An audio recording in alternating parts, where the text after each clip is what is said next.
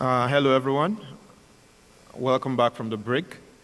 Um, in the first part of this session, we discussed the impact of the COVID-19 on startups, investment, and industrial environments with particular emphasis on the Americas. In this part of the session, European and Korean experts shall be sharing their experience and expertise. Dr. Park shall once more guide us through this session, and she will be joined by Dr. Park from ETRI and Mr. Ryu from the Korean Science and Tech Holdings. Please join me in welcoming them with a round of applause.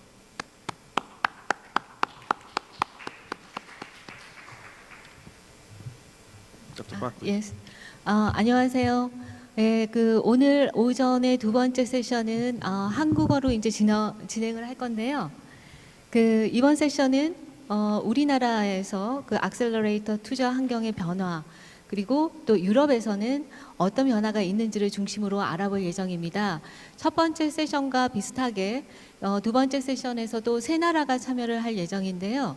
한국에서의 투자 환경을 말씀해 주실 연사들과, 그리고 룩셈부르크에서는 어떤 투자 환경이신지, 어떤 지금 코비드 19에 대한 대응이 이루어지고 있는지, 그리고 마지막으로 온라인에서 지금 참여를 해주시는 핀란드 전문가께서 핀란드 상황에 대해서 공유를 해주실 겁니다. 그래서 아까와 비슷하게 한국의 상황이 공유가 되면 한국의 상황의 공유 후에 여기 계신 토론자들께서 질문을 해주실 거고요. 그리고 나서 룩셈부르크 발표가 이어질 거고, 또 토론, 그리고 마지막으로 핀란드 쪽에서 발표를 하고 토론을 하는 식으로 하겠습니다. 이번에는 좀 아까보다는 스피커가 한 명 줄어들어서요. 다행히 플로어 쪽으로 저희가 Q&A를 할 수 있는 그런 기회가 있을 것 같습니다. 그러면 첫 번째 연사이신 미래과학기술지주의 김판건 대표님을 모시겠습니다. 네, 안녕하세요. 반갑습니다. 네, 보이진 않지만 많은 분들이 있을 걸로 생각을 하고 시작을 하겠습니다. 15분 정도 말씀을 드리고 5분 정도 Q&A 하는 시간을 가지겠습니다. 제가 오늘 말씀드릴 내용은 이게 코비드 19 때문에 전 세계적으로 지금 팬데믹이 왔잖아요. 이런 팬데믹 상황 속에서 전 세계적인 벤처 펀딩은 어떻게 진행이 되어 왔고, 팬데믹이 벤처 펀딩에 어떤 임팩트를 줘왔는지 좀 말씀드려 보려고 합니다. 좀 세계적인 거 먼저 살펴보고요. 두 번째, 한국의 상황들을 좀 살펴보겠습니다. 저는 미래과학기술지주 대표고, 미래홀딩닷컴에 들어오시면 미래과학기술지주의 투자 상황들을 지켜볼 수 있을 겁니다. 농사를 짓는 거나 스타트업을 키우는 거나 굉장히 유사하다고 생각하고 있습니다.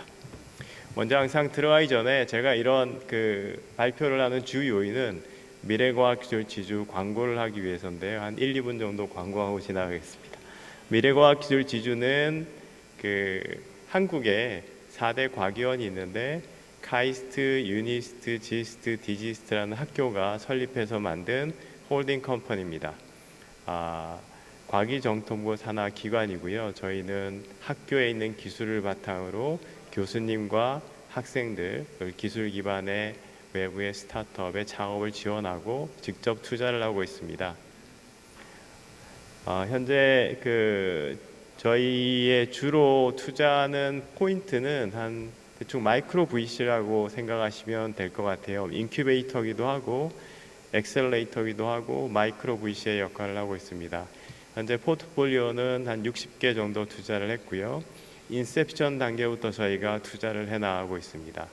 투자 단계는 시드, 그 다음에 시리즈 A까지, 시드부터 시작을 해서 시리즈 A까지 주로 투자를 하고 있습니다. 저희는 항상 열정을 가지고 있고 스타트업 한번 해보겠다는 엔터프리너를 찾고 있습니다. 좋은 기업가를 찾아서 좋은 기술을 매칭해서 투자하는 게 저희의 역할입니다. 그리고 이렇게 저희가 투자를 하게 되면 한 3가지 부분으로 지원을 하고 있고요. 비재무적인 지원, 그다음 비즈니스의 파트너를 찾아준다든지, 마지막으로는 후속 투자를 받을 수 있도록, 그리고 출구 전략까지 같이 고민해주는 마이크로 VC라고 생각하시면 좋을 것 같습니다. 그러면 한 두 가지 잠깐 광고를 했고요. 먼저 글로벌 벤처 펀딩의 전 세계적인 좀 상황에 대해서 주로 이제 크런치베이스에 많이 나와 있던 자료들을 인용해서 좀 먼저 말씀을 드리고, 두 번째로 코리아 벤처 펀딩에 대해서 말씀을 드리겠습니다. 2020년 Q2까지 한번 보시면 사실 생각보다 우려가 좀 많았었죠. 그 팬데믹 때문에 Q1, 그러니까 2020년 Q1, Q2에 걱정을 굉장히 많이 했었는데, 실질적으로 펀딩 자체, 그러니까 투자한 자체는 그렇게 많이, 인베스트먼트 자체는 그렇게 많이 줄지가 않았어요. 생각보다. 2020년에 보시면 빨간 걸로 표시되어 있는데, 퍼스트 해프에 거의 2019년 퍼스트 해프보다 그렇게 많은 규모로 줄지 않았다, 이런 내용들을 좀 보실 수 있을 거고요. 두 번째는 나눠보면 저희가 대충 엔젤 시드 단계 펀딩, 그 다음에 두 번째 얼리 스테이지의 펀딩, 주로 이제 VC들이 시리즈 A로 투자하는 쪽이죠. 그 다음에 레이트 스테이지의 펀딩, 마지막으로 주로 이제 PEF라고 하는 테크놀로지 그로스의 펀딩들이 주로 있었는데, 2020년 Q1, Q2의 상황들은 예상외로 테크놀로지 그로스의, 그러니까 제일 뒷전에 메자닌이나 프라이빗 이퀴티 펀드에 주로 투자들이 굉장히 많이 늘어나고 있는 현상만 보이고, 전체 규모에 있어서는 생각보다 많이 줄지가 않았습니다. 제일 많이 준 쪽이 얼리 스테이지 쪽에, 시리즈 A 쪽의 펀딩들이 좀 많이 줄었다, 이런 상황들은 좀 볼 수 있을 것 같고요. 두 번째는 이제 하나하나 좀 나눠보면, 글로벌 시드나 엔젤 인베스트먼트 쪽은 좀 많이 줄었어요. 개수 자체도 보시면 분기별로 2019년 Q2에 비해서 2020 Q2가 개수로는 거의 반 이하로 개수가 많이 줄었죠. Number of deals가 굉장히 많이 줄었고, 토탈 인베스트먼트 된 게 3.7 빌리언에서 2.3 빌리언 정도로 규모가 좀 많이 줄었습니다. 결국 대부분의 투자들이 좀 돈 되는 쪽으로 많이 가 있고, 아시겠지만 생각외로 주식시장이 많이 꺼지지가 않았어요. 처음에는 좀 많이 좀 내려갔다가 바로 반등을 해서 동학개미니 한국 같은 경우는 서학개미니 하면서 굉장히 많이 증가를 했고, 최근에는 소프트뱅크 사태 때문인지 아니면 소프트뱅크 손정희 사장의 옵션 투자나 여러 건 때문에 주식이 좀 많이 며칠 전에 줄긴 했지만, 어쨌든 생각외로 주식시장도 많이 수그러들지 않아서 좋은 결과들이 나오고 있다, 이런 생각이 좀 들긴 합니다. 그리고 말씀드린 바와 같이 얼리 스테이지의 투자 자체도 건수가 굉장히 한 반 정도 이상 많이 줄고 있다, 이런 상황들 좀 보실 수 있는 특징이 있는 것 같고요. 그 다음에 레이트 스테이지는 생각보다 그렇게 많이 줄지는 않습니다. 이 얘기는 기존에 미리 투자해 놨던 투자사들을 중심으로 해서 대충 유니콘 기업들도 우버부터 시작을 해서 많은 기업들이 더 많은 돈이 필요하게 됐죠. 또 우버 같은 경우는 엄청난 손실을 받고 대신 이제 그 대신 우버 이츠나 이런 쪽으로 좀 가기도 했고요. 그래서 유니콘 기업들 중에 한 80개 이상이 한 500 밀리언 이상을 투자를 받았는데, 대충 아시겠지만 에어비앤비나 사나 바이오테크놀로지나 스트라이프 이런 회사들, 인도네시아 같은 경우는 토코페디아 같은 회사들이 많은 금액을 투자를 받았습니다. 중국에서도 디디 추싱이나 칭추 같은 업체들도 차량 공유하는 회사들이죠. 많이 투자를 받았고, 미국도 웨이모 같은 경우가 많이 투자를 받았습니다. 결국 대마불사처럼 살려야 되는 기업들이 있는 상태에서 이런 쪽은 투자가 줄지 않았다, 이렇게 볼 수 있을 것 같고요. 마지막으로는 이제 말씀드린 바와 같이 PEF가 주로 투자하고 있는 테크놀로지 그로스 인베스트먼트 쪽은 생각외로 굉장히 많이 늘었습니다. 대표님, 한 2분 남으셨습니다. 15분이 네, 근데 제가 Q&A도 45분에 하고 시작했는데요. 가능하면 그러면 한 3분 동안 랩업을 아. 좀 해주시면 안 될까요? 제가 15분이라고 해서 아, 네. 한국은 시작도 못했는데 네. 그럼 조금 그래서- 빨리 해서 네, 하여간 네. 11시까지 끝내보도록 네, 하겠습니다. 알겠습니다. 그 에퀴션 글로벌 에퀴션도 많이 줄었는데 그 VC하고 파운더들이 어떤 쪽에 걱정을 많이 하냐 그러면 실제 이 팬데믹에 대해서 파운더들이 걱정을 많이 하지 않고 실제 돈을 가지고 있는 VC의 걱정이 굉장히 많다 이런 것 좀 볼 수 있을 것 같습니다. 뭐 어떤 분야가 잘 되고 어떤 분야가 투자가 안 되는지는 뭐 여러분 잘 아시고 자료 보시면 잘 아실 것 같고요. 대충 US의 그 펀딩은 그래도 굉장히 아주 스트롱하게 진행이 되고 있습니다. 그래서 이 팬데믹이 어떤 임팩트를 가지고 있는지 한 두 가지로 나눠보면 첫째는 테크놀로지 스타트업한테는 아시겠지만 굉장히 많은 레이오프가 일어났고요. 그 다음에 어려운 분야들이 많이 생기고 있습니다. 벤처 캐피탈한테도 어떤 리셋의 기회들이 한번 생겼는데 이 리셋이 생각보다 그렇게 드라마틱하지는 않습니다. 대신 이제 얼리 스테이지의 그 밸류에이션은 저희가 20%에서 30% 정도 줄어들었다고 보고 있고요. 장기적으로도 40% 이상 줄 걸로 예상을 하고 있습니다. 잠깐 한국의 2019년 그 펀드레이징은 굉장히 많이 그렇게 늘었던 한 해가 되고 있고요. 지속적으로 펀드레이징이 많이 일어나고 있습니다. 투자도 한국에서는 2015년에 비해서 2019년은 정부의 모태 펀드들을 통해서도 많은 지원이 됐었고 한국 정부의 정책 때문에라도 VC 펀드들이 굉장히 많이 늘어났습니다. 펀드 설립 개수도 많아지고 투자도 굉장히 많아져 있고요. 주로 투자는 그 스테이지 같은 경우도 주로 얼리 스테이지의 정부 정책으로 인해서 투자자들이 많이 몰리고 있는 상황입니다.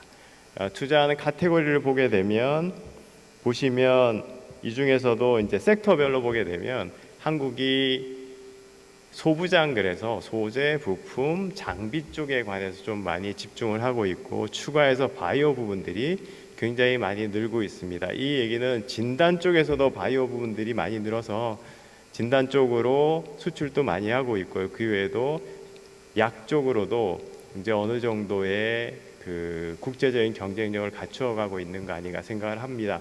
대신 아직도 힘든 게 한국에서는 VC 펀드 자체가 엑시트를 하는데 굉장히 어려움을 많이 겪고 있습니다. 대부분 IPO를 통해서 엑시트를 하고 있는데 한국에서 특이한 점은 M&A를 통한 그 엑시트이 2019년에 굉장히 줄었고 늘어나지 않는다는 게 특징입니다. 미국에서는 완전히 반대로 M&A를 통한 엑시트이 굉장히 많이 제일 큰 비중을 차지하죠. 저희 나라 같은 경우는 한국 같은 경우는 그 비중이 굉장히 작다. 이런 상황들을 좀 볼 수 있고요. 하반기만 좀 놓고 보면 그 실질적으로 한국에서도 인베스트먼트가 약간 줄었습니다. 그래서 펀드레이징이라는 거는 VC가 돈을 마련하기 위해서 펀드를 결성하는 건데 펀드 결성 개수만 보게 되면 2019년에 비해서 줄고 있습니다. 이 얘기는 펀드 결성하기가 아마 가면서 점점 더 힘들어질 거고 투자는 지속적으로 이루어질지 모르겠지만 조합을 결성하고 펀드를 만드는 자체는 굉장히 많이 줄 걸로 생각을 하고요.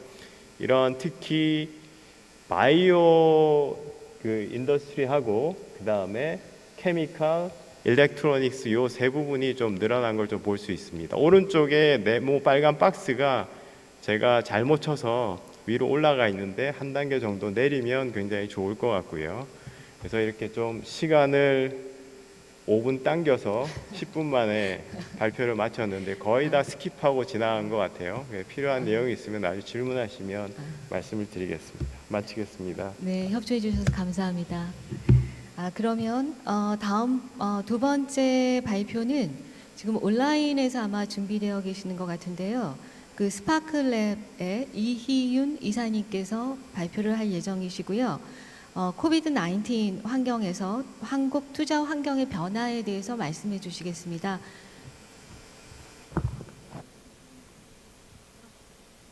스파클랩이 아직 안 오신 건가요? 여보세요? 네.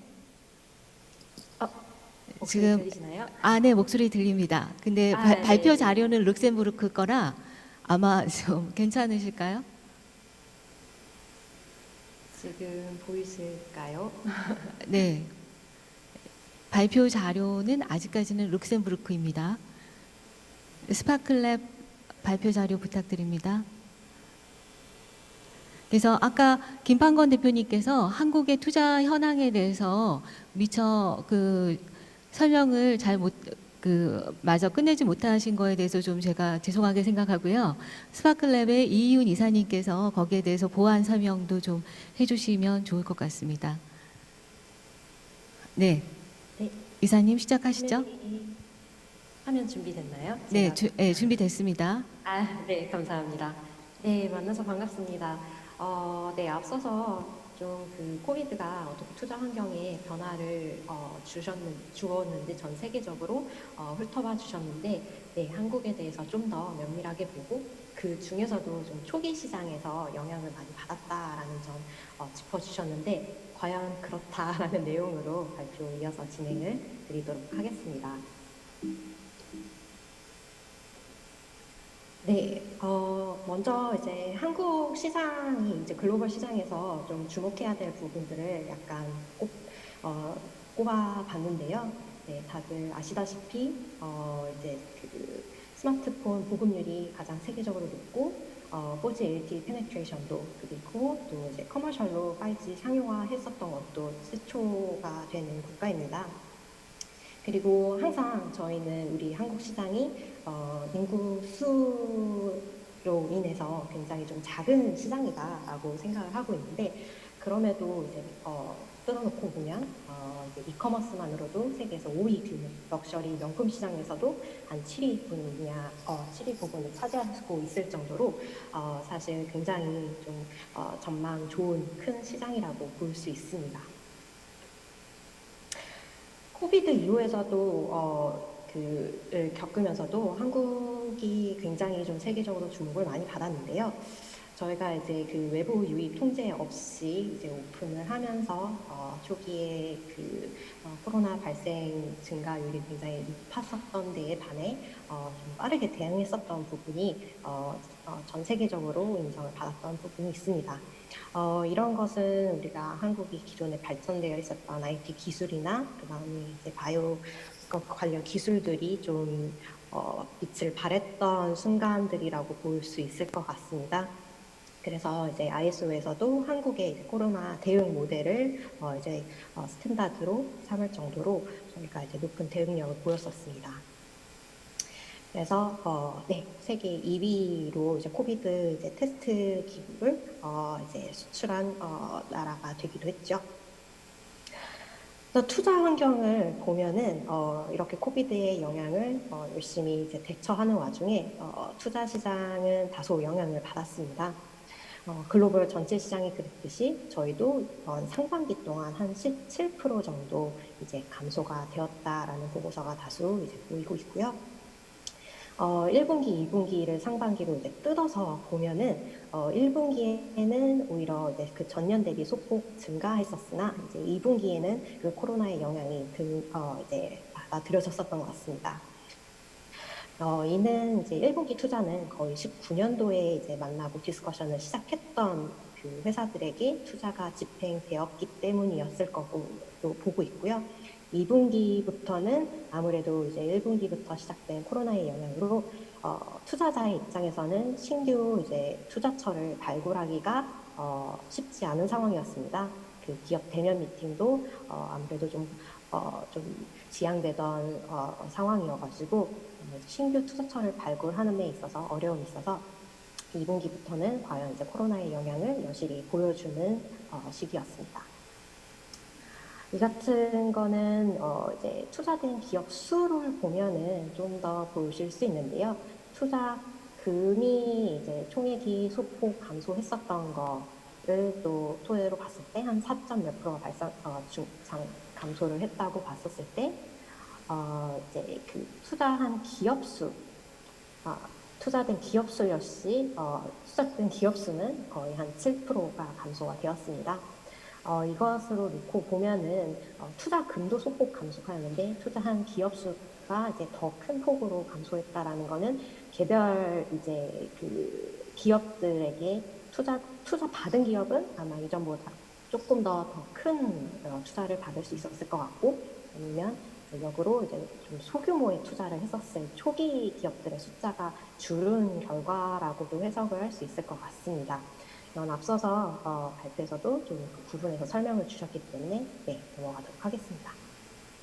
그래서 스타트업들의 입장에서 보면은 네, 이제 코로나의 영향으로 인해서 1분기 이제 매출도 감소하였고, 그다음에 투자에 있어서도 지연과 취소 등의 이제 문제를 겪었다라고 답하는 부분들이 많이 있었습니다. 그래서 이러한 것들은 종합적으로 봤었을 때 스타트업의 이제 그 보유한 자금, 버틸 수 있는 런웨이가 줄어든다라는 거에 좀 영향을 줄 수 있었을 텐데요. 그래서 이런 시장 상황 속에서 저희는 이제 시드 단계에 투자하는 엑셀러레이터로서 거의 포트폴리오 회사들을 다방면에서 돕기에 다양한 노력을 하고 있습니다. 그리고 이제 중소 벤처 기업부에서도 특히 같은 문제를 보면서 좀 다양한 이제 지원 활동들을 네, 새로운 이제 조직을 신설하면서까지 네, 도와주고 있는 부분을 확인하실 수 있고요. 이사님, 한 3분 정도 남았습니다. 네. 네, 감사합니다. 네. 그래서 저희 이제 스파클랩스 같은 경우는 이를 어떻게 대응하는지 좀 보여드리도록 하겠습니다. 우선 저희 스파클랩스는 이제 한국을 포함해서 글로벌에 이제 진출해 있는 시드 단계 투자하는 엑셀러레이터이고요. 네, 저희 코파운더들이 다수 국가에 포진되어 있고, 네, 앞서서 한국에는 이제 좀 M&A 엑싯이 좀 다소 적다고 하셨는데, 저희는 굉장히 초기 단계에 투자를 하기 때문에 저희가 이제 엑싯을 하는 게 IPO까지 기다리기보다는 네, 이후에 세컨더리에 매각을 하거나 아니면 M&A 사이에도 주로 엑싯을 하고 있습니다.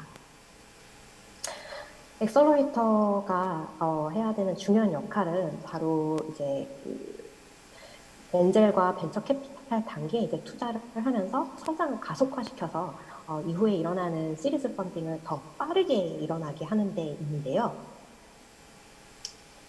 구성 요소를 좀 이제 감축하고 그런데 이제 코로나 상황으로 인해서 이런 부분이 쉽지는 않아졌습니다. 당장 저희가 기업들을 육성하기 위해서 진행했던 다양한 프로그램들을 이제 오른쪽 화면에서 보시다시피 오프라인에서 진행할 때도 이렇게 유리 칸막이와 네, 되게 그 철저하게 방역을 준수한 상태에서 제한적으로 진행을 한다거나 아니면 저희도 올해 들어서 이제 좀 유튜브 채널로서 컨텐츠를 다양하게 풀어나가면서 온라인에서의 프리센스를 늘려가기 위해서 노력을 하고 있습니다. 그런가 하면은 저희가 이제 가장 걱정하고 있는 부분은 우리 초기 투자한 스타트업들을 그 대중 관객들에게 노출시킬 수 있었던 데모데이 무대가 부재할 수밖에 없다는 점인데요. 저희는 이제 작년만 하더라도 4,900명이 참석하는 세계에서 가장 큰 규모의 데모데이를 진행하고 있었습니다. 올해는 이제 온라인으로 진행을 하게 될 텐데 그 점에 대해서 이제 영향이 아마 내년에 저희가 더 또 체감할 수 있지 않을까 싶습니다. 그럼에도 저희가 이제 좀 체감하고 있는 부분은 가장 좀 투자가 좀 활발했었던 17, 18년도 때에 이제 데모데이 이후 저희 데모데이 이후도 후속 투자를 유치하는데 포트폴리오 회사들이 평균적으로 걸렸던 시간이 한 3.7개월이었다고 하면 이제는 한 7.8개월 정도 그 다음 후속 투자를 유치하는데 시간이 좀 걸리는 것으로 보고 있습니다. 이렇게 2배나 시간이 늘어난다는 것은 이제 초기 기업들에게 버티는 능력이 굉장히 더 중요해진다라는 걸 뜻한다고 보실 수 있을 것 같습니다. 그래서 저희가 이제 스파클랩스가 속해 있는 글로벌 엑셀러레이터 네트워크라고 이제 미주와 이제 글로벌 시장 전역에 이제 같이 있는 이제 연합체입니다.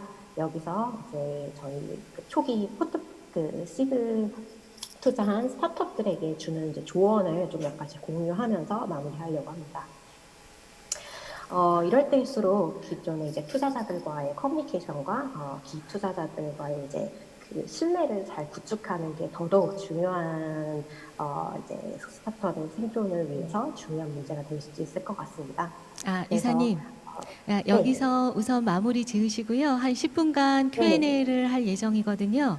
그래서 아까 네네. 김판건 대표님 그리고 이현 이사님 그 한국 그 벤처 투자 현황에 대해서 저희가 네. 좀 심도 있게 Q&A를 하면 좋을 것 같습니다. 그래서 아까 네. 그 말씀드린 대로 지금 에트리의 중소기업 사업화 본부장님이신 박종홍 본부장님과 그리고 그 한국과학기술지주의 유지호 부장님께서 나와 계십니다. 그래서 그 네 분이 좀 Q&A를 하시면 보다 더 생산적인 그런 컨텐츠가 나오지 않을까 합니다. 우선은 네. 유지호 부장님께서 그러면 그 김판건 대표님과 이사님께 질문하겠습니다. 네, 안녕하십니까. 저는 김판건 대표님께 질문을 드리고 싶은데요. 그 아까 발표하신 내용 중에 얼리 스테이지의 투자가 급격히 줄고 또 투자자들이 코비드 19에 대한 걱정이 굉장히 많이 높아지고 있는 시점에서 사실 시드나 그 초기 투자를 하는 미래과학기술 지주에서는 그 출자 기업들의 그 생존 가능성이 굉장히 많이 떨어질 것 같은데 그거에 대해서 어떤 대비를 하고 계시는지 좀 궁금합니다. 네, 켜져 있는 네, 네. 아주 많은 고민이 되는 부분인데 뭐 KST랑 저희랑 거의 비슷하지 않을까 생각을 합니다. 근데 약간 저는 다른 의견을 가지고 있는데 초기 스타트업은 빨리 망해야 된다는 생각을 가지고 있어요.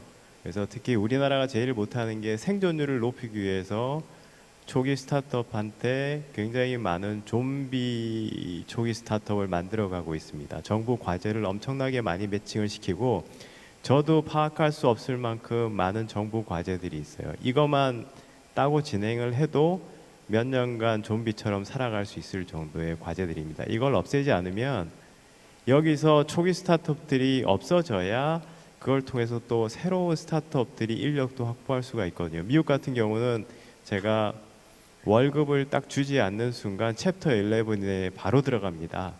월급을 줄 수 없는 상태면. 근데 우리나라는 스타트업들이 월급 안 주게 되면 직원들한테 야, 한 달만 좀 버티자, 두 달 버티자 이렇게 하고 있거든요. 그런 상황들을 해결하기 위해서 저희 같은 경우는 빨리 망할 기업은 빨리 망하고 빨리 정리하고 다음 다시 기회를 볼 수 있도록 나가는 쪽으로 유도를 하고 있습니다.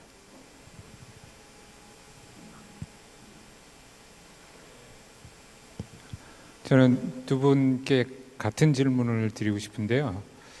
제가 이제 오늘 오전부터 계속 관심을 갖고 보는 거는 이제 코로나 이후에 상황이 많이 바뀔 거라고 하는데 뭐 사회 전반적인 거에 대해서는 제가 코멘트하기가 좀 그렇고요. 우리가 하고 있는 일 오늘 주제에 국한돼서 말씀드리면 비즈니스 기회가 많아질 것이다 라는 얘기들을 많이들 하세요. 제가 보기엔 많아질 것 같기도 하고 또 그렇지 않을 것 같기도 합니다. 그래서 비즈니스 기회가 많이 생겨서 기술이 많이 필요하다는 거는 그럴 수도 있고 안 그럴 수도 있다고 이렇게 우리가 논쟁을 할 수 있지만 이 투자 관점에서는 논쟁이 안 되고 분명한 거는 투자 규모는 줄어들 거로 보고 있어요. 그리고 두 번 발표에서도 제가 그래프에서 그걸 좀 분명히 확인을 했고 이 앞선 오전 세션에서 외국 분들도 그렇게 이제 전망을 하시더라고요. 그 이유는 뭐 딱 하나죠. 경제 위기가 다가와서 이제 마이너스 성장을 하는데 뭐 펀딩이 뭐 늘어날 리는 없는 거지 않습니까? 그럼 투자하시는 분들도 거기에 맞춰서 지금까지 왔던 기준을 좀 바꿔야 된다고 봅니다. 그리고 그거를 미리 준비하시는 게 또 미리 대비를 하시는 게 더 이제 앞서갈 수 있는 방법이고, 그래서 그런 준비들이 있으시면 그걸 좀 듣고 싶고요. 예를 들어서 좀 아까 김판건 대표님이 얘기하셨듯이 많은 스타트업을 투자를 하되 빨리 망하게 하는 걸 더 강화할 것인지, 아니면 스타트업의 그 선별 자체를 굉장히 강화해서 그 최소한의 사람만 뽑아서 투자를 할 건지, 아니면 그 다음 단계는 어떻게 할 건지를 펀드가 줄어드는 상황에서 어떤 대비책이 있으면 한번 그런 의견을 듣고 싶습니다. 뭐 우리 아까 김 대표님 말씀하셨으니까 저 온라인으로 참가하신 분부터 예, 좀 답을 이윤 들어보면. 이사님 대답해 주시면 네. 감사하겠습니다. 네, 질문 감사합니다. 네, 그렇지 않아도 앞에 그 이제 발표랑 또 좀 그 동의하는 부분은 저희가 이제 다른 동료 이제 투자자들과 이야기를 하더라도 이제 정말 이제 강자 이제 살아남을 회사만 살아남는 그런 양질의 회사만 살아남는 기회가 될 수도 있을 것 같다라고 보고 있습니다. 그래서 그러다 보니까 기존의 이제 투자금도 펀드가 있다고 하면은 신규 투자를 하는데 더 쓴다기보다는 기존의 이제 그 투자한 포트폴리오 회사들 중에 좀 잘하고 있는 곳이 이 기회에 잘 버텨서 이겨내서 그 이후 이제 좀 시장이 좀 더 평정됐었을 때 확실히 좀 리더십을 더 가져갈 수 있도록 힘을 더 실어준다라든지 그런 식의 좀 투자 움직임이 보이고 있는 것 같습니다. 아마 이런 상황 속에서도 이제 그 대규모의 투자 유치를 했었던 뭐 와이리올 트립 같은 사례가 아마 이제 좀 단편적인 예일 것 같은데요. 그래서 저희 같은 경우에도 좀 이런 이제 그 초기에 좀 다양하게 이제 작은 규모의 투자를 하는 것과 더불어서 좀 그 뒷단에 더 이제 좀 그 성장세가 앞서 있는 회사들한테 좀 크게 후속 투자를 할 수 있는 거를 좀 집중적으로 하려고 합니다. 그래서 이제 좀 특히 이제 분야에 있어서도 B2B 이제 사스 이제 이번 코로나로 인해서 이제 언택트나 이제 이런 이쪽 기술이 각광을 받으면서 네, 이런 좀 기업용 솔루션이나 이제 다양한 이제 비대면형 비즈니스들이 각광을 받고 이제 좀 시장에서 좀 받아들여지기 시작하는 것 같습니다. 그래서 이런 쪽으로 좀 투자를 늘어갈 것 같고요. 뭐 이제 소비재 시장 같은 경우도 이제 더 그 반대적으로 반사이익을 본 시장도 있고 아닌 시장도 있습니다. 반사이익을 본 시장도 있지만 좀 전체적으로는 소비자들도 이제 대부분이 좀 상황이 어려워졌기 때문에 신규 서비스에 대해서 용인되거나 이제 탐구하는 비용과 시간이 좀 줄어든 것 같습니다. 그래서 압도적으로 좀 그런 1위 업체나 1위 마켓플레이스들에 좀 집중되고 그들이 이제 반사이익을 보는 형태를 좀 볼 수 있는데요. 그래서 저희 뭐 투자에 있어서도 조금 더 그런 이제 좀 날카롭게 가는 부분이 있지 않을까 싶습니다. 네, 그 한마디로 이야기해서 빈익빈 부익부의 투자 시장이 만들어지고 있는데요. 저희 같은 경우는 초기 시드 단계에 좀 많은 기업에 투자를 하고 그 중에 성과를 내는 기업들의 팔로운 투자를 하는 형태로 진행을 하고 있습니다. 예를 들면 10개의 시드 투자를 하면 그 중에 한 서너 개 골라서 다음 팔로운에 더 많은 금액을 투자를 하고 다시 시리즈 A로 갈 때 또 맞는 동반 투자를 해서 또 거기에 프로라타에 맞춰서 투자한 형태로 만들어 가고 있습니다. 이런 식으로 바뀔 거고 좋은 기업들은 투자자가 몰리고 있고요. 안 좋은 기업들은 작년 같은 경우는 그래도 얼마간의 투자를 받을 수 있었는데 지금은 투자를 못 받는 상황으로 가지 않을까 저희는 그렇게 생각합니다. 네. 네, 감사합니다. 이제까지 그 두 분께서 국내 투자 현황에 대해서 말씀을 해주셨는데요. 혹시 스파클랩도 그렇고 미래지주도 그 해외에 있는 벤처 투자에 대해서는 코비드 상황에서 어떤 식으로 진행하고 계신지 그 경험들을 좀 알려주시면 도움이 되겠습니다. 두 분 다 우선 이윤 이사님 그리고 김판건 대표님 그렇게 대답해 주시면 감사하겠습니다. 스파클랩의 네. 이윤 이사님, 네. 네, 저희도 올해 이제 그 해외 투자건이 좀 있었는데요. 작년에 비해서 숫자적으로는 크게 지금 아직까지는 줄지는 않았습니다만 확실히 이제 좀 커뮤니케이션 하는데 진행에 있어서 어려움은 좀 있었습니다. 이게 그 각자 이제 좀 리걸 문제나 이제 그런 걸 처리함에 있어서 특히 이제 베트남 기업이랑 이제 투자를 진행을 할 때 거기도 이제 그 현지도 공기업들이 막 교대 근무를 하면서 운영 시간이 축소되고 하다 보니까 이제 투자를 하기로 다 듀질리전스도 끝나고 모든 게 저희는 양쪽이 준비되어 있는데 중간에 이제 직접 이제 납입을 하고 뭐 이제 서류 작업을 하고 등기 업무를 하고 하는 그런 일련의 작업들이 현실적으로 좀 어려움이 있었던 것 같습니다.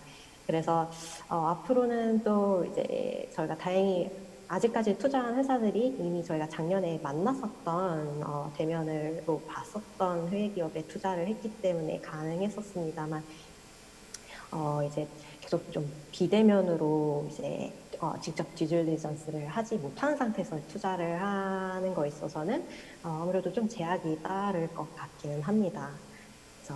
그래서 저희도 일단 신규 해외 투자에 대해서는 조금 보수적이 되었고요. 다만 이제 기존에 기투자했던 해외 포트폴리오에다가 팔로원 투자를 하는 거를 더 적극적으로 진행하고 있습니다. 네, 대표님. 네, 저희는 미국에 투자한 기업들이 몇 군데 있는데요. 뭐 시드 단계에 있는 기업은 사실은 프리시리즈 A로 투자를 받기가 조금 어려운 상황에 도달을 하고 있고요. 한 기업은 시리즈 A 받은 다음에 시리즈 B로 가는데 바이오 기업입니다. 네, 클리니컬 트라이얼 하는 단계에 있는데 이 단계에서 미국 같은 경우 훨씬 더 락다운이 심해서 아무런 공무원들이 아무런 일들을 못 하고 있어요. 한국보다는 훨씬 심한 상황이라 그 보스턴에 있는데 더 이상 진행이 안 되는 그런 기업들도 있습니다. 전반적으로 한국보다는 미국 상황들이 투자가 굉장히 어려운 상황이고 거기도 뭐 잘 되는 기업들은 잘 되겠죠. 근데 말씀드린 것처럼 많은 돈들이 그 기존의 유니콘 기업에 투자하는 쪽으로 많이 들어가고 있다 이렇게 좀 보이고 있습니다. 그래서 해외 투자들이 국내보다 더 어렵다 이런 생각들이 저희는 많이 가지고 있습니다. 그 말은 어떻게 보면 역으로 그 한국의 스타트업들이 향후에 해외 투자를 받을 수 있는 그런 기회가 많이 줄어들 거라는 어떻게 보면 되게 안 좋은 상황인데요. 이제 이런 상황들을 한국 스타트업들이 어떻게 좀 개척해 나갈지 그런 거에 대한 토의도 좀 시간을 가지고 해보면 좋을 것 같습니다. 그러면 이제 두 번째 나라죠. 그 유럽에서 가장 규제가 없는 것으로 알려진 룩셈부르크의 현황에 대해서 그 벤처 투자 현황에 대해서 김윤희 대표님께서 말씀을 해주시겠습니다. 네, 안녕하세요. 룩셈부르크 대표부의 김윤희라고 합니다. 오늘 먼저 이렇게 귀한 자리에 초대해 주셔서 감사드리고요. 이렇게 월드 클래스 컨퍼런스를 오거나이즈 해주신 KSGCC에게 감사드립니다. 룩셈부르크에 대해서 소개해 드릴 수 있어서 너무 기쁩니다. 제가 항상 질문을 하고 시작을 하는데 오늘 질문에 답을 해주실 분들이 많이 안 계신 것 같아서 그냥 들어가겠습니다. 제가 룩셈부르크의 코비드-19 팬데믹 이후의 변화나 뭐 이제 정부 지원 프로그램에 대해서 설명드리기 전에 먼저 이제 룩셈부르크라는 나라가 궁금하실 것 같아서 짧게 룩셈부르크에 대해서 소개해드리겠습니다. 제 프레젠테이션이 끝날 때 여러분들께서 딱 5가지만 기억을 해주시면 너무 좋겠는데요. 첫 번째, 룩셈부르크는 유럽의 중심입니다. 이걸 제가 넘겨야 되나요? 죄송합니다. 안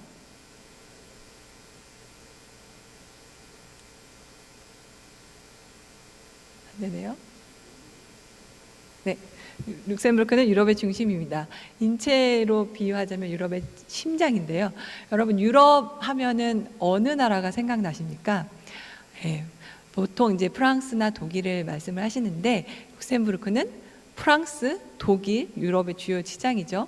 벨기에 사이에 위치해 있습니다. 차나 비행기로 유럽 주요 도시까지 한두 시간이면은 다 도달할 수 있는 전략적으로 아주 중요한 위치에 있습니다. 두 번째, 룩셈부르크는 외국인에 대한 차별이 없습니다. 룩셈부르크가 인구가 거의 한 62만 정도 되는데 그 인구의 절반, 즉 길을 걸어가다 보면 한 사람 건너서 한 사람은 외국인입니다. 그렇기 때문에 외국인들의 구성이 많이 되어 있고 노동 인구로 치면 전체 인구의 노동 인구의 70에서 75%나 되는 사람들이 외국인으로 구성되어 있습니다. 왜 그러느냐? 좀 전에도 말씀드렸지만 프랑스, 벨기에, 독일 사이에 있다 보니까 이곳에서 출퇴근을 하는 노동 인력들이 많이 있습니다. 그래서 이 룩셈부르크의 경제는 외국인을 빼면은 말을 할 수가 없습니다. 그렇기 때문에 복지 혜택이나 사업 기회 모든 것이 동등하게 외국인에도 오픈되어 있습니다. 세 번째, 룩셈부르크에는 다국어를 사용하는 노동 인력이 많이 있습니다.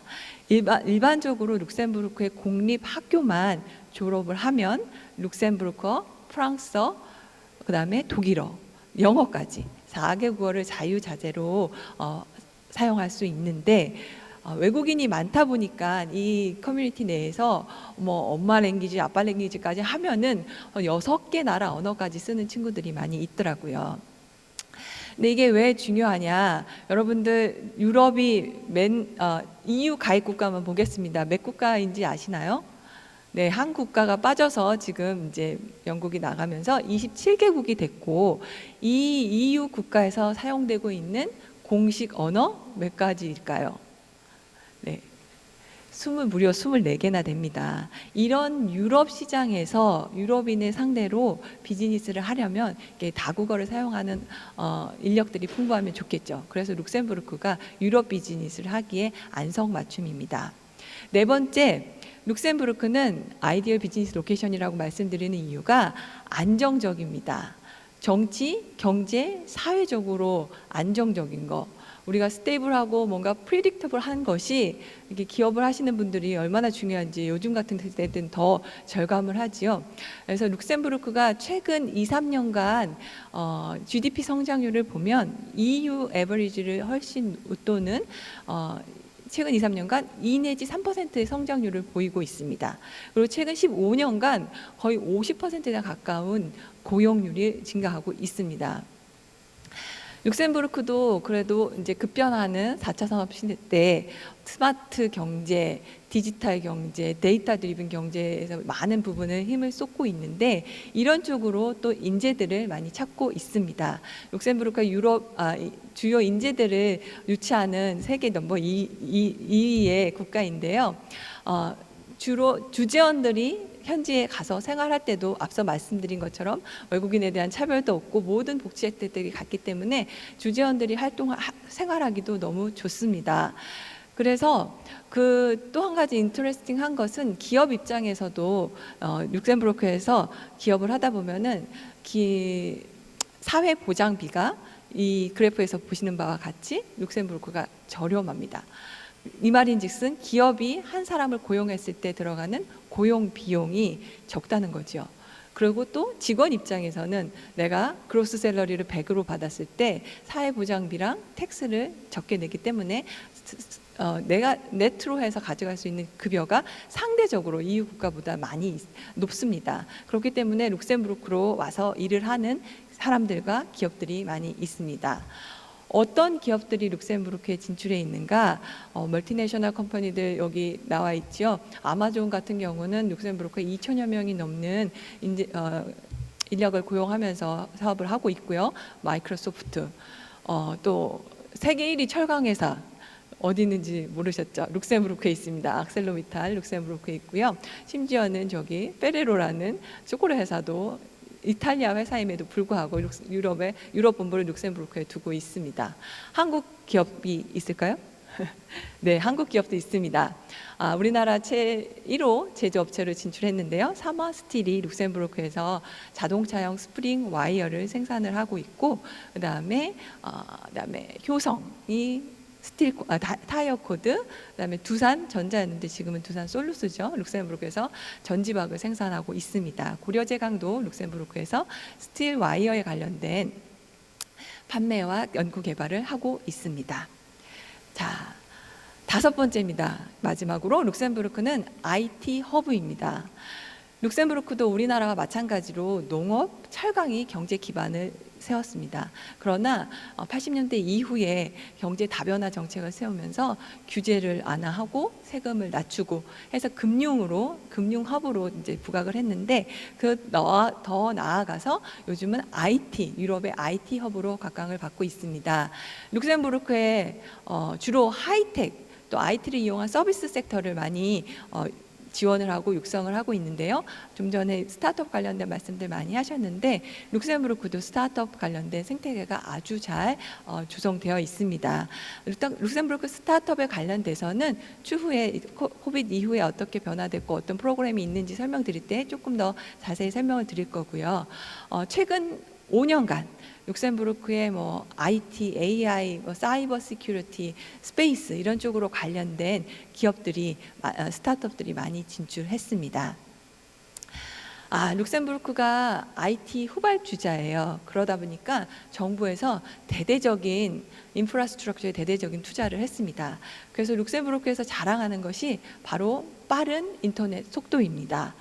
유럽 내에서 가장 빠릅니다. 울트라 로우 레이턴시 허브로서 이것은 핑 테스트를 한 결과인데요. 런던까지 8ms, 파리까지 4.8ms 정도 걸리고 유럽에서는 가장 빠른 인터넷 속도를 가지고 있고요. 그 다음으로 가장 좋은 것이 데이터 센터입니다. 룩셈부르크에는 보안 등급이 높은 데이터 센터들이 많이 있습니다. 티어 4가 가장 높은 보안 등급인데 티어 4 데이터 센터가 유럽 내에서 룩셈부르크에만 40%가 있습니다. 그 말인즉슨 유럽의 금융 허브이잖아요. 룩셈부르크가 금융 기관들이 많다 보니까 보안 등급이 높은 데이터 센터들도 많고 또 이 데이터 센터가 보안이 높다 보니까 심지어는 에스토니아라는 나라는 국가 기밀을 룩셈부르크 데이터 센터에다 보관하는 데이터 대사관을 두고 있습니다. 이렇게 요즘은 이제 데이터 경제잖아요. 데이터를 이용한 어떤 사업이나 또 룩셈부르크가 또 자랑하는 게 HPC, 하이 퍼포먼스 컴퓨팅 센터입니다. 미국이나 중국이 이쪽 HPC 쪽으로 앞서 나가고 있는데 유럽도 질 수가 없습니다. 유럽 전역에서 우리도 HPC 센터를 만들어야 된다라는 움직임이 있었고 그래서 당연히 IT 허브인 룩셈부르크에 HPC가 지금 세워지고 있고 유럽 전역에서 컴퓨터 관련된 엔지니어들이 모이고 있습니다. 이렇게 보안 쪽으로 관련된 게 좀 강하다 보니까 룩셈부르크에 사이버 시큐리티 관련된 생태계가 잘 조성이 되어 있습니다. 그래서 우리나라에서도 보안 관련된 기업이라면 룩셈부르크를 통해서 진출을 한번 시도해 보면 좋겠습니다. 또 룩셈부르크는 테스트베드로 많이 알려져 있습니다. 여러 내노라 하는 이제 연구 기관들이 있습니다. 대학과 연결된 것도 있고, 그다음에 이 기관들이 AI, 오토노머스 자율주행 비어클, 자율주행이나 IoT 내지는 소재, 물질, 환경 이런 쪽으로 바이오 쪽으로 해서 여러 가지 이제 공동 연구를 하고 있는데 우리나라에서도 유럽 쪽으로 이런 쪽으로 해서 연구를 하고 싶다 하면 이런 기관들과 공동으로 한번 연구를 하면 유럽의 유로 2020, 호라이즌 2020라는 펀딩 프로그램이 있습니다. 그런 것도 한번 도전해 볼 수 있어서 이제 연구 개발 쪽으로 관심 있는 분들은 이런 기관들을 컨택을 해보면 좋겠습니다. 마지막으로 이제 룩셈부르크에서 자랑하고 싶은 게 바로 크로스 보더, 국경을 넘나드는 자율주행 테스트 베드입니다. 이게 우리가 자율주행이라는 것은 실제 도로 상황에서 이걸 시험을 해야 되는데 유럽은 국경이 없습니다. 국경이 있어도 이제 지나가면 내가 지나갔는지 모를 정도로 있는데 그런 실제적인 도로 상황, 국경을 넘는 경우 산을 가는 거, 도로를 가는 고속도로, 터널, 골목길 이런 모든 실제적인 도로 상황을 딱 뽑아가지고 프랑스와 독일과 룩셈부르크가 이렇게 공동으로 테스트 베드를 제공하고 있습니다. 그래가지고 이제 이쪽에서 자율주행 관련된 테스트들이 많이 일어나고 있는데 우리나라에서도 이런 쪽으로 관심 있는 기업들은 룩셈부르크를 통해서 진출하면 좋겠습니다. 대표님, 이분의 네, 여기까지가 이제 룩셈부르크 개관이었고 이제부터 이제 코비드 19 이후에 룩셈부르크는 어떻게 변화를 하고 있는가 설명을 해드리겠습니다. 룩셈부르크도 코로나 영향이 많이 있었습니다. 인구수로 보면은 또 one of the most hit, 가장 많이 영향을 받은 나라로 이제 통계가 나오는데 3월 중순부터 이렇게 피크가 와서 4월, 5월 거의 유럽이 락다운을 하고 거의 2개월간 출입을 하지 않았던 시간들이 있었습니다. 이때 룩셈부르크에서도 초기에 방역 관련된 제품들을 전 세계에서 수급을 하느라고 노력을 했고 다행히 우리나라에서도 좀 수급을 했는데 그 수많은 경쟁을 뚫고서 저희가 많은 양의 약들을 룩셈부르크로 보낼 수 있었습니다.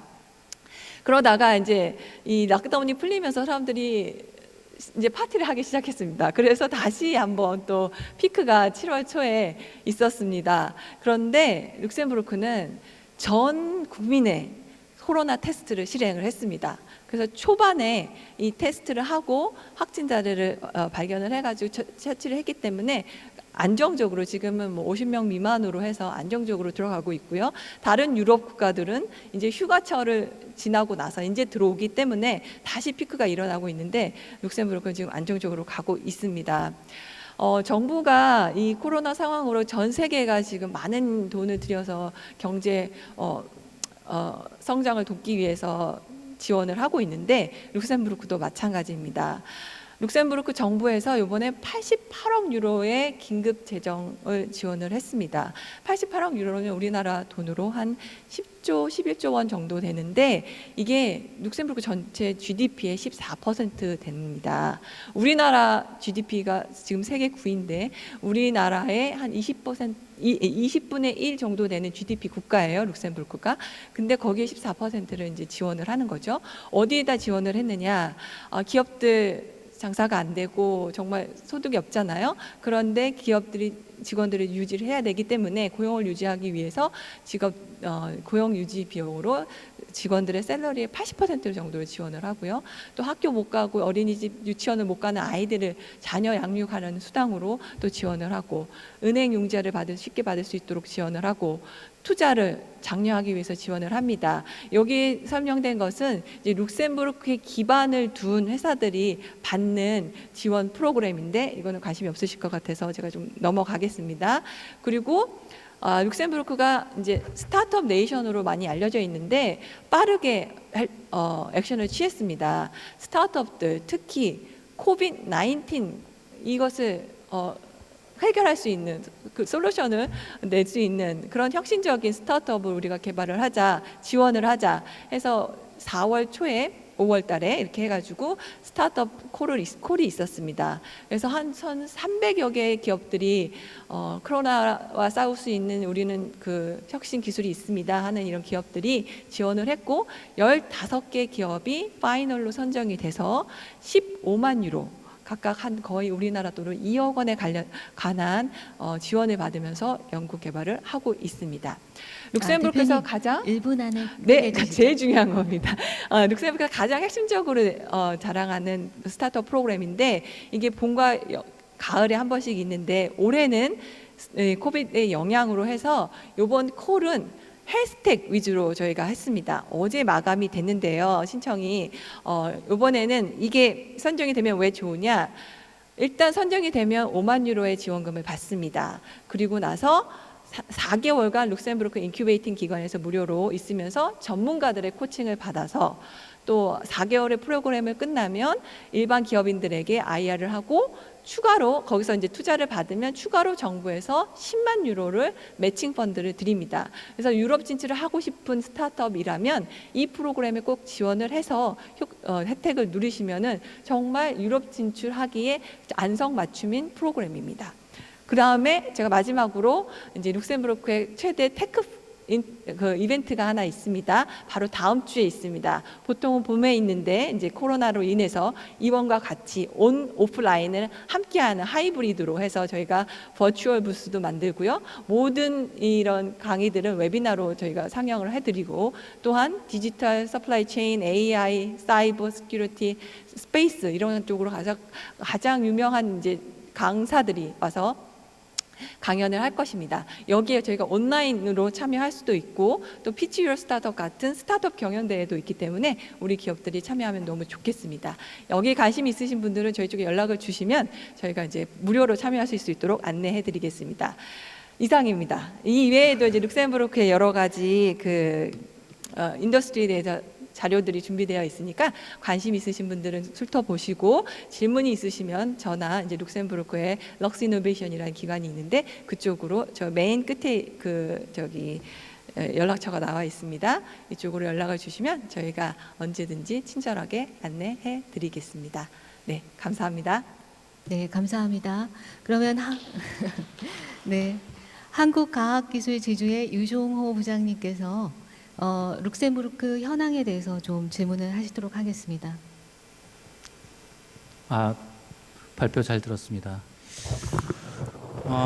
룩셈부르크가 무슨 여러 가지 조세 제도랄지 지역적인 위치로 인해서 이제 성장한 회사들한테는 상당히 뭐 좋은 이점이 있는 것 같은데 엑셀러레이션 프로그램 관련돼서 그 300개 기업이 지원을 했다고 그러는데 아시아계에서도 그 지원을 해서 무슨 성공적인 사례나 이런 것들이 있을까요?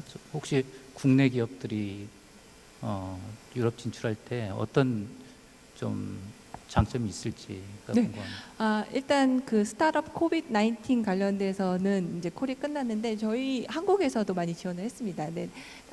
안타깝게도 되지는 않았고요. 이번에 Fit for Start라고 해시태그 위주로 하는 그 스타트업 지원 프로그램에 한국에서 지금 10개 정도의 기업이 지원을 했습니다. 전 세계적으로 콜이 있었는데 한국이 가장 많이 지원을 했더라고요. 10개 정도의 그 작은 유럽의 숨은 나라에 진출한다고 지금 우리나라에서는 많이 도전을 하고 있어요. 근데 앞서도 말씀드렸지만 룩셈부르크에는 뭐 어느 나라에 대해서 이렇게 뭐 차별이 있거나 그러지 않고 기술력을 위주로 봅니다. 그래서 어느 기업이든지 오시면은 똑같이 이 지원 프로그램을 하시고 혜택을 받으실 수 있습니다.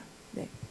우리나라에서 Fit for Start에 그동안에 지원한 기업들이 꽤 많이 있었는데 안타깝게도 파이널까지 가셔가지고 안 되시는 분들이 있으세요. 제가 보기에는 조금 지금 스타트업들을 지원하시는 기관들이 있어서 말씀을 드리자면 정말 좋은 기업들인데 이게 포장이 잘 돼야 되거든요. 짧은 기간에 그들이 알아듣게 그들이 원하는 것을 정확하게 말해주는 그런 것들을 조금 코칭을 많이 해서 국제 무대에 내보내시면 좀 좋은 결과가 있지 않을까라는 생각입니다. 네, 이번 기회에 더 많은 한국 스타트업들이 유럽으로 진출할 수 있는 그런 교두보가 되길 바랍니다. 그러면 저희 그 마지막 스피커인데요. 지금 핀란드 아이토에서 기다리고 있는 것으로 압니다. 미스터 테포 헤이스카는 hi. Yeah, thank you for waiting for long. No problem. Glad yeah. to be here.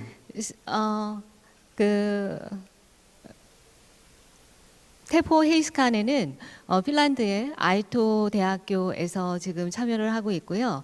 핀란드의 벤처 상황에 대해서 저희와 공유할 예정입니다. Could you start? Yes, 테포? thank Yes. you.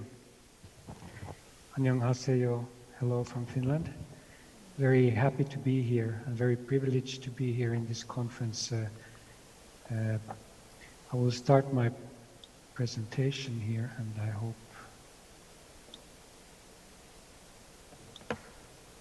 is it visible? Not yet, but it will come soon. The slide, yeah, it's ready. Okay. So, good morning to Korea. I'm happy to be here, and I will be speaking a bit about how COVID-19 has been affecting universities and industries in Finland. I work with corporate relations at Aalto University in Finland, and just to give you a short background, I'll show a few slides about our university. We were created in 2010 as a merger of 3 leading universities at the time in Finland: the Helsinki University of Technology, the Helsinki School of Economics, and the University of Art and Design. And the idea was, and still is, to create innovation in that middle space which exists at the center of our three disciplines. And the university charter, the document which was commissioned by the government at the time, actually states that we have a national mission to strengthen Finland's innovative capacity. So this is a central theme in everything we do. What does that mean in practice? Do we actually walk the talk? In this photo, you can see the First Lady, the wife of our president, in the annual Independence Day celebration of 2018. And she's wearing a dress which is made of wood, actually birch wood fiber. And to be more specific, the birch wood fiber was broken down into its basic elements, and the fibers were rebuilt into a material which can be used to make textile.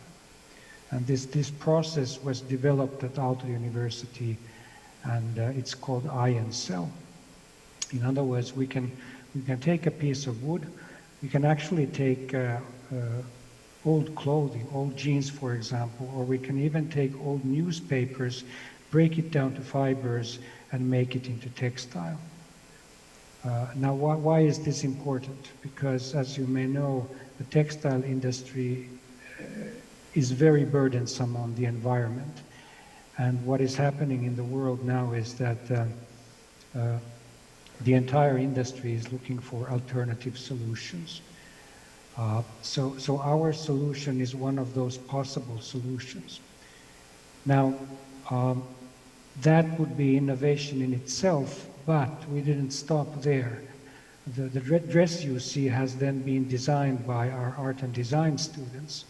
And this is an example of the kind of innovation we are looking for. Our chemical engineers were able to create the process, and our art students were able to take it from there and put it into something which can be worn by the First Lady on Independence Day.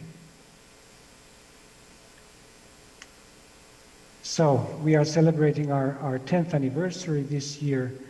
Our campus has grown into a world-class collaboration hub, and we are one of the most international universities in Europe. 40% of our academic staff comes from outside Finland.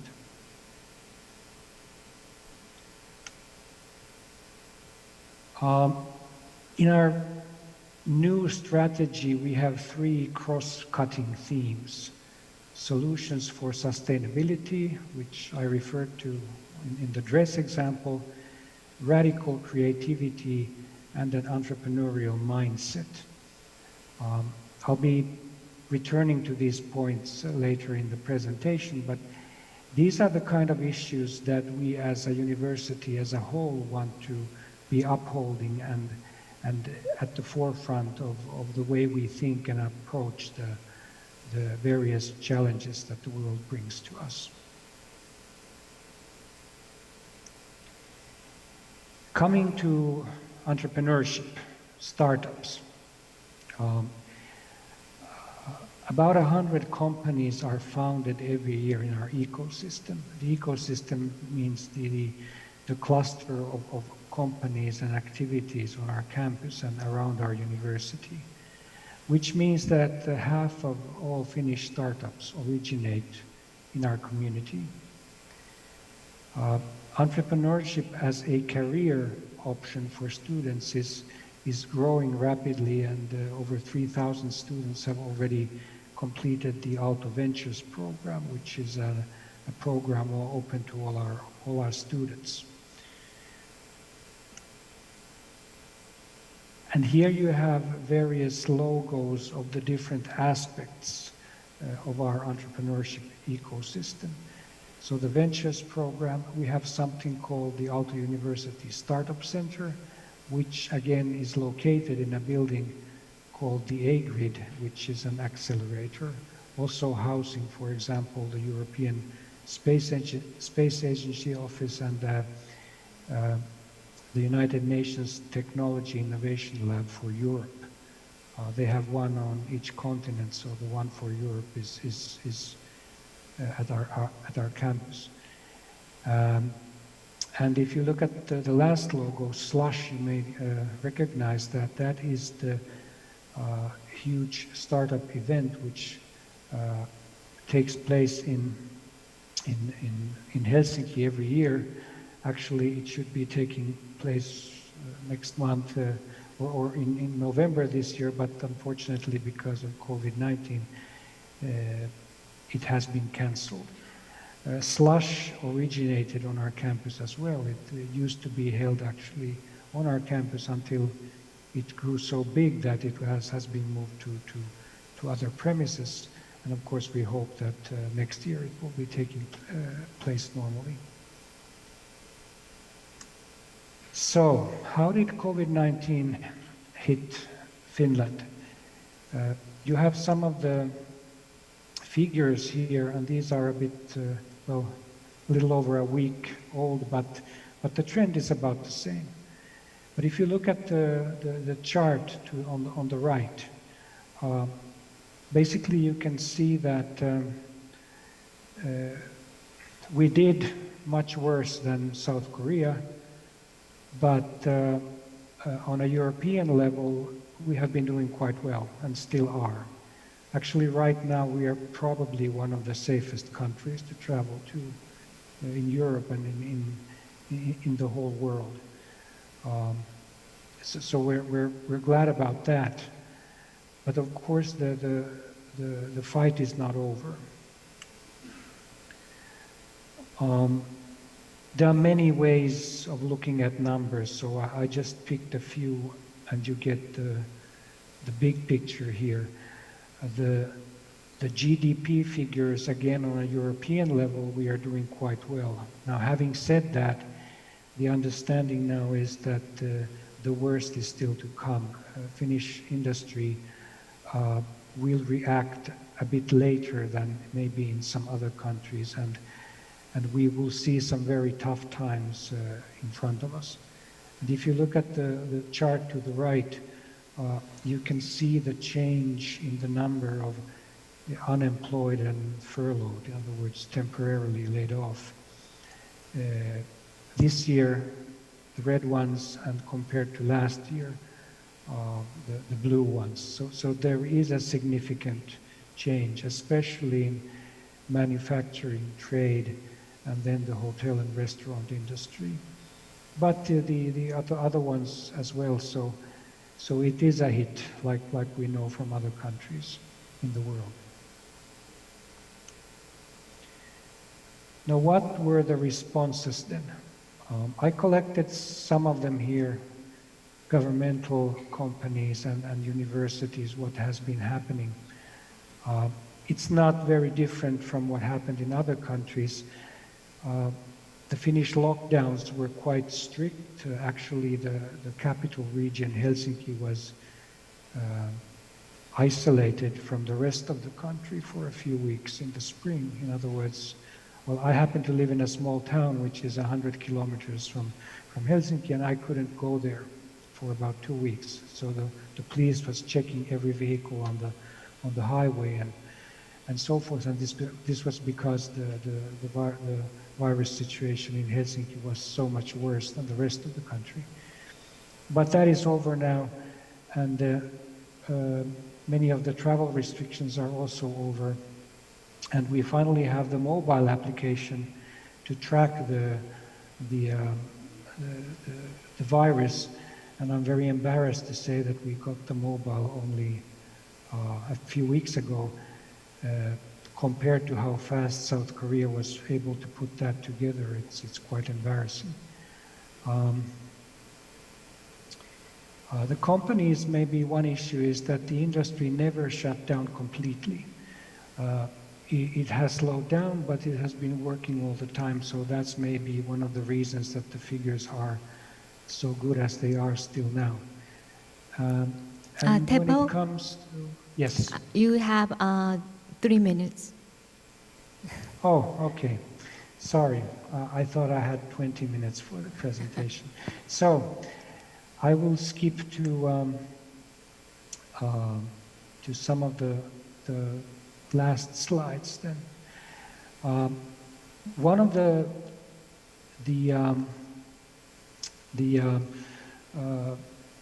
outcomes of the positive outcomes of the virus was that solutions started to spring up. So here is a news item of a Finnish startup which has developed a way of doing the tests faster, and the other news item is from our researchers. It's a project where they put together a model on how the virus spreads in a contained environment. In other words, if somebody sneezes or coughs in a supermarket, what happens after that? So you can watch the video later if you like.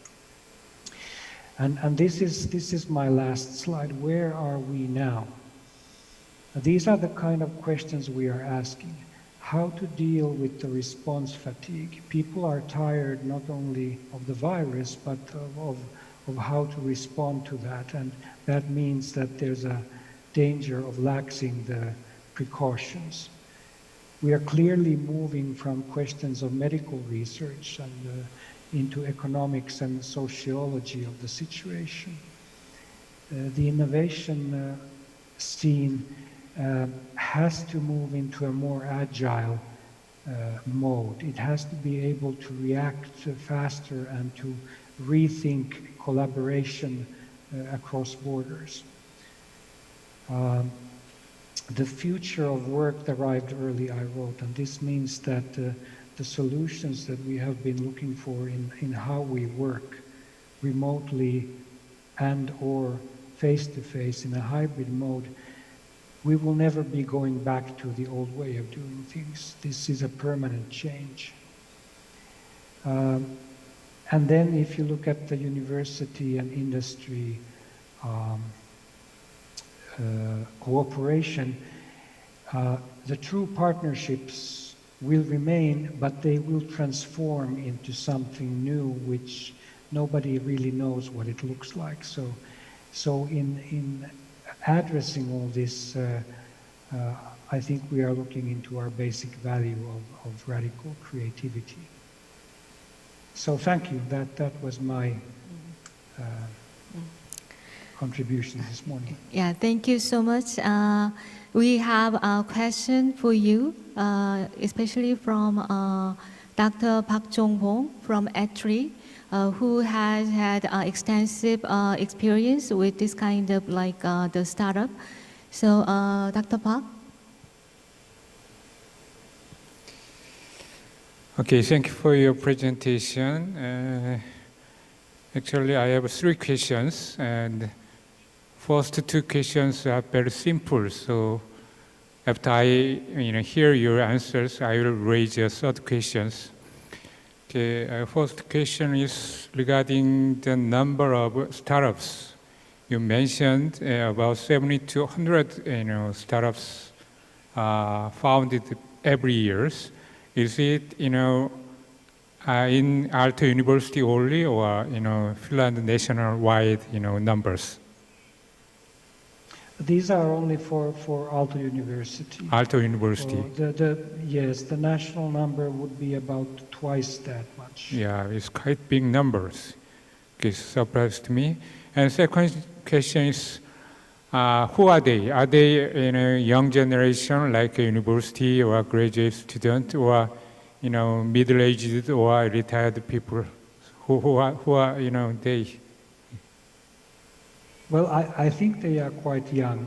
A lot of them are actually our students who might be moving into a startup phase even before they graduate, which is a bit of a problem for us as a university, but fine for the country and then economically. So yes, it's very youngish. I mean, of course, there are other generations there as well, but if you walk into A-Grid, our accelerator building, I think you will find that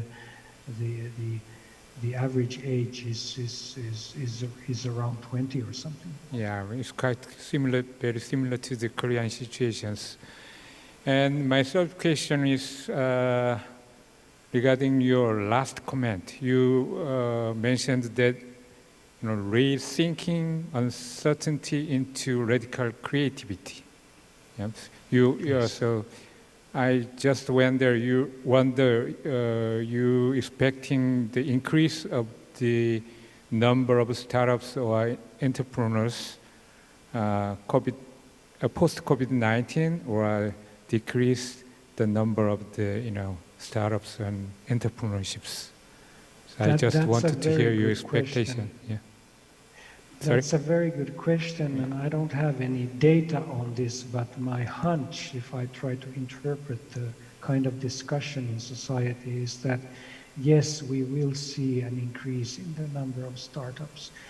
The job market, the traditional job market of applying for a job in a big company is very congested. I mean, as a university, I'm hiring somebody now and I have over 200 applications, which is a huge amount in the Finnish context. So even the simple situation of it being even more difficult to find a traditional job right now, so that would be pushing people into new kind of thinking and to new kind of startups. So yes, I think we will see an increase.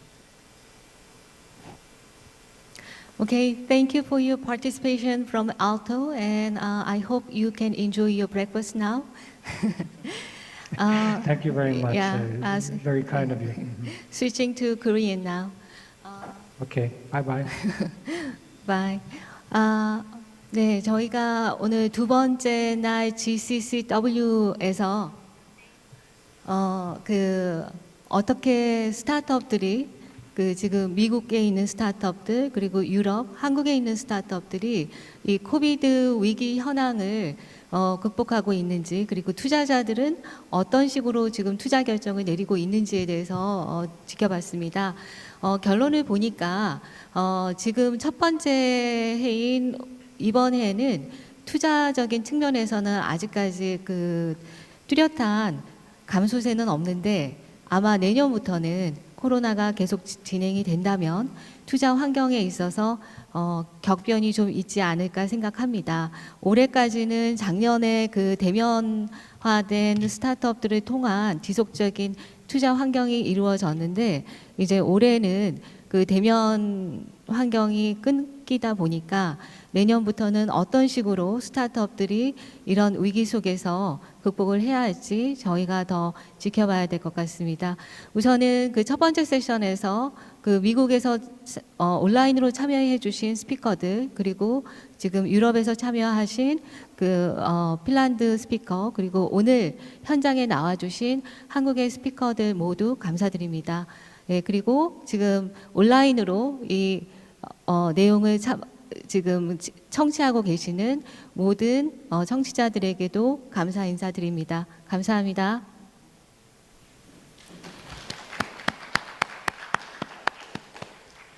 Thank you very much for your insightful discussion, panelists.